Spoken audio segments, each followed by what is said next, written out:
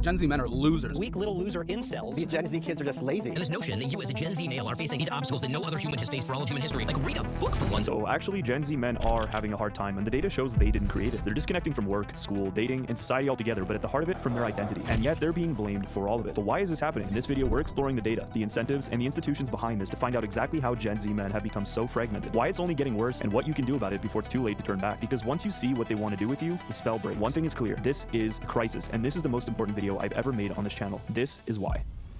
The truth is that while women are radically more progressive than men, men are not doing well either, just for very different reasons. There are nearly 7 million men in America's prime working years who are neither working nor even looking for work. They've simply vanished. But what are they doing? Are they all suddenly crypto millionaires? Well, they aren't in school either. In fall 2021, men made up only 42% of undergraduates. From 2010 to 2021, male undergraduate enrollment fell nearly 20% from 7.8 million to 6.5. NCES also reported that in 2022, only 57% of male high school completers immediately enrolled in college, compared to almost 70% of women. Well, maybe they're out there chasing girls or having families. Nope, Pew reports that 47% of adults under 30 are single, and young men are almost twice as likely to be single than young women. A woman with a college degree isn't interested in marrying a man without a college degree. Marriage has become a luxury item. Pew also found that a quarter of US 40-year-olds had never married as of 2021, up from 6% in 1980. And in 2023, men accounted for nearly 80% of unalivings in the United States. We might want to ignore it, but this is the state that most men find themselves in. But if he isn't in the workforce, and he's not in school or getting married, and we only seem to notice him when he becomes a tragic statistic, then where is he?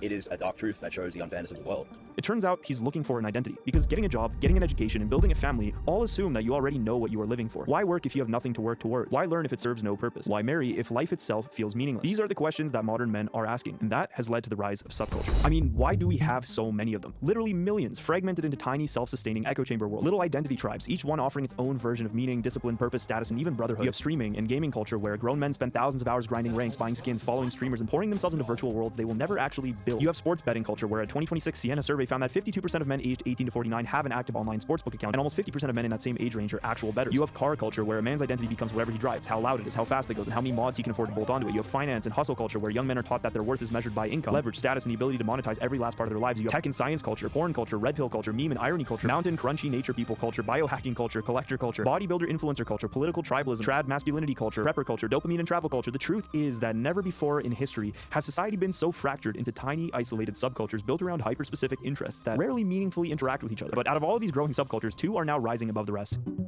We use crystal methamphetamine as a stimulant and to lean max. The first is looks maxing. On the surface, it might just look innocent, but it's not just gym culture, it's not just fashion, it's not just skincare. I'm getting jaw surgery soon. They basically make a cut, the lower jaw, and then move it forward and apply screws. How much is that going to cost? $35,000. I'm absolutely gone. Right now, Pentasag is Adderall, DXM, ketamine, BDO, and pre-gab. It's an entire worldview built on the idea that a man's value is determined by his face, his frame, his symmetry, and his ability to optimize himself through whatever means necessary. And it teaches and reinforces something called the black pill, which is the belief that looks determine how you are treated in the world. And it's no longer fringe. One of the biggest looks maxing hubs, looksmax.org, drew about 4 million visits in March 2026 alone, with about 1.25 million from the US. Another looks maxing site pulled almost 500,000 visits in the same month, up 31% from February. GQ reports that looks maxing has exploded from old incel adjacent forums into mainstream TikTok culture, to the point that the PSL rating system is now all the teenagers are referencing. Clavicular, now one of the most famous faces of looks maxing, promotes bone smashing, literally hitting your face with a hammer to try to reshape the jaw and cheekbones. You know, like bone smashing? So you do it here, and just to get like the cheekbone more prominent? Yeah, so I'll like lay in my bed and punch myself in the face. Says he began ordering testosterone and fat dissolvers online at 14 years old, claiming he may be infertile from years of steroid abuse, and uses methamphetamine to suppress his appetite. He had nearly 180,000 Kick followers, more than 760 TikTok followers, and earned more than $100,000 from Kick in 1 month. Now, all of these things are eerily similar to some of the values that modern transhumanist thinkers like Peter Thiel are pushing. Do you know who Peter Thiel is? Peter Thiel, yeah.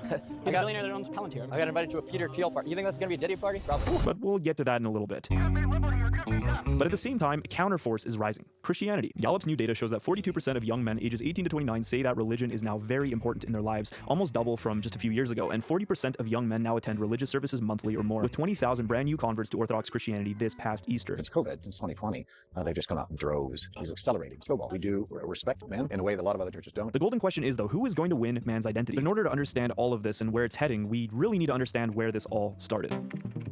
Because men didn't just wake up one day and forget what they are. For most of human history, a man's identity was not something he had to invent. It was embedded in reality itself. You worked with your hands, you lived near your family, you were known by your community, and you were measured against something real, tangible. Then everything began to shift. Industrialization was the first fracture. For thousands of years, a man's work was tangible. A farmer, a craftsman, a builder, you could see the result of your labor. It reflected you. It disciplined you. It tied you to a place and a people. But with the rise of the industrial system, that all changed. Work moved into factories, then into bureaucracies, then into offices. Tasks became more and more specialized, fragmented, and increasingly abstract. I'm now waiting for the computer to answer me, and then I just flick a switch on the modem, and replace the receiver. Even those who celebrated industrial progress recognized that something human was being lost. At the same time, family structure began to erode as well. The multi-generational household, where fathers, sons, uncles, and grandfathers all lived in proximity, started to disappear. Industrial economies demanded mobility. Men left home for work. Families became smaller, more isolated, more fragile. Even secular sociologists like Emil Durkheim warned about this. He used the term anomie to describe a state where social norms collapse and individuals are left without clear guidance or purpose. And think about the world we live in now. When was the last time someone corrected you or someone looked out for you? In today's world, you can go years and years without interacting with anybody if you really want to. And then for the first time in history, something even more radical happened. Mass media. But before we dive into those, I just wanted to say that it's really difficult to find sponsors for videos like this, and so this one is sponsor-free. The fact is these videos do take weeks to produce each in terms of research and production, and currently I am a single one-man team. But luckily, my supporters over at buymeacoffee.com/lungsoffaith help make these videos possible. So if you do like these videos, please consider donating over there. It really helps support the mission and get this information out there to the world. And something that I do over here is that supporters at $50 a month plus are credited as producers with real input on future topics. Back to the plot.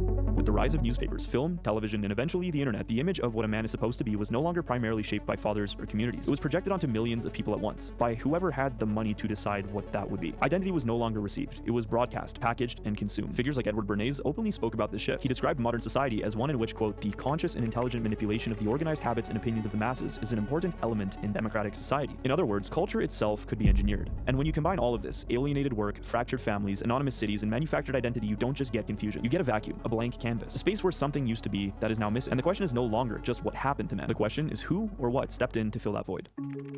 While the Industrial Revolution was reshaping how men worked and lived, something else was quietly unraveling beneath the surface at the same time that cannot be ignored. A far more radical shift. Our particular concept of a free society. I don't think that sin should have any particular place in secular society as such, because it's a religious concept and should remain there. Most people assume that the sexual revolution was primarily about women, but that doesn't actually make sense if you really think about it. Like, why would a transformation that rewired something as fundamental as sexuality only affect half of humanity? If you change female standards, then the weak majority of men will adapt to them. And if you want a whole video going into this topic in great depth, I have several on the sexual revolution that are a must-watch. But a question on many people's minds is, if society was really so Christian before all of this, and men were so strong and moral, how did this movement even have such force? Wouldn't men have just resisted it? Well, because the idea of that perfect pre-1950s Catholic America is nothing but a mere caricature that modern traditionalists like to cling to. In reality, things weren't so good in America already. The existing breakdown of so-called Christianity in the West was reflected by waning service attendances amongst Roman Catholics and Protestants. Religious formation was weak, shallow, and most people already had spiritually checked out, even though it didn't look like that on the outside. And so men fell for it. At its core, the sexual revolution separated sex from responsibility. For most of history, sex was tied to marriage, family, and consequence. It carried weight. It demanded something of you. Commitment. But beginning in the mid-20th century, with the normalization of contraception, the collapse of sexual norms, and the cultural upheaval of the 1960s, that link was severed. Even the most influential figures in the sexual revolution, like Wilhelm Reich, argued that traditional sexual morality was a form of repression and tyranny. Around the same time, Alfred Kinsey published very controversial reports using data from minor rape victims that reframed sexual behavior as something fluid, widespread, and detached from moral structure totally. Many of Kinsey's findings and techniques remain controversial,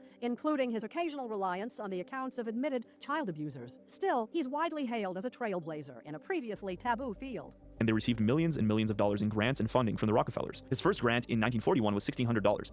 Not too much. But by 1947, his project was pulling in about $40,000 to $100,000 a year, which, keep in mind, is about $600,000 to $1 million in today's currency. These ideas didn't stay academic. They reshaped culture. And when sex is no longer ordered towards responsibility, something strange happens. It becomes consumption. And pornography is the clearest example. What was once hidden, rare, and socially condemned is now instant, infinite, and algorithmically delivered, and the effects are not subtle. Studies have linked frequent pornography use to increased loneliness, decreased relationship satisfaction, and distorted expectations of intimacy. This diagram here shows the reward center of your brain. This is it on heroin, and this is it on pornography. They're practically indistinguishable. The truth is, you no longer have to build a life. You just have to align yourself with something on the internet. And this aligns very closely with the World Economic Forum statement that you will own nothing and you will be happy. The transition from the industrial to the intelligent age is occurring at an exponential pace. For decades, figures like Klaus Schwab have been openly describing a future defined by what he calls the fourth industrial revolution, a world where technology doesn't just change how we work, but fundamentally reshapes how we live, relate, and even understand what it means to be human. He writes that this new era will blur, quote, the lines between the physical, digital, and biological spheres. At the same time, thinkers like Yuval Noah Harari have gone even further, describing human beings as, quote, hackable animals whose desires, decisions, and even identities can be understood and eventually engineered through data. We need to realize that humans are now hackable animals. You can hack them. I mean, all this story about Jesus rising from the dead and being the Son of God, this is fake news. You know, the whole idea that humans have this soul or spirit and they have free will, that's over. 2 minutes later. Personally, I feel most for really the soul of my country, of my nation. In Israel at the moment, there is really a battle for the soul of the Israeli nation. But it never faced a catastrophe like we are dealing with right now, which is a spiritual catastrophe for Judaism itself. And when you take a step back, you start to see the pattern. When you look at guys like Peter Thiel, the World Economic Forum, and all of the global elite, they commonly hover around and agree upon three main stated goals that we really need to understand. First, technocratic control. But maybe you could actually unilaterally change the world without having to constantly convince people and beg people and plead with people who are never going to agree with you through technological means. And this is where I think technology is this incredible alternative to politics. The old Marxist revolutionary fantasy of simply overthrowing the system through open communist revolt largely failed, and especially in the West, because it was just too obvious. It declared war on the existing order in a way that ordinary people could see, fear, and resist. But that doesn't mean that the deeper impulse disappeared. It simply adapted. And this is where you need to understand who the Fabian socialists are. And I have a video that goes a lot more into detail about the Fabians that you should watch. But for the most part, you need to understand this. To make it simple, there were two main schools of thought. There were the Marxist revolutionaries who thought that they could simply overthrow using violence and force, and the Fabians were another group of communists, but they disagreed with the Marxist approach. They favored an approach called gradualism. And this is where the idea of controlled opposition really took force in its modern context. Controlled opposition is when a system allows, amplifies, or even subtly steers a supposed rebellion so that the rebellion never truly escapes its desired orbit. It looks anti-system, it feels anti-system, but in the end it only drives people into a new position that is still useful to the system, controlled opposition. And we can see it with our own eyes. That is what makes the modern culture war so revealing and obvious. On one side, the public is hit with increasingly radical forms of gender ideology, sexual politics, and the soft feminization of man. This is kind of the caricature that people have of Marxism. When you say Marxism, they think a blue-haired, fat, liberal woman on the street screaming with a sign up. But in reality, that is what they want you to think Marxism is. And when they place this new icon into society, the result is outrage and disgust and backlash. But that backlash does not automatically produce Christian men. More often, it produces an overcorrection and a more sort of libertarian right wing. Think more like Ben Shapiro and the whole Daily Wire sphere. A meme-driven, hyper-ironic, aestheticized right wing that looks rebellious but still bound by post-enlightenment, classical liberal modern ideas, which are completely safe to the system. I want to thank all of you who have turned out here, want America to continue to grow and be strong so that we can beat all the libs. Second, economic disruption and dependency. You might look at those statistics of all these men dropping out of the workforce and think that it's some accident, but the World Economic Forum's own Future of Jobs report said that by 2025, 85 million jobs may be displaced by a shift in the division of human labor between humans and machines. That is not fringe speculation, that is elite planning language, and once millions of people are pushed into unstable, fragmented forms of work, i.e. the gig economy, the next step becomes easier to sell. World Economic Forum published arguments have already said that the old income system is irretrievably broken, and that we urgently need a 21st century income distribution system in which basic income plays a central role, UBI. In the same piece, Guy Standing describes the modern precariat as people living in, quote, bits and pieces, life unstable, often unpaid labor, who increasingly lack agency and sovereignty. Yuval Noah Harari pushes the logic even further. He warns of a coming unworking class and asks, what should we do with all the superfluous, aka useless, people?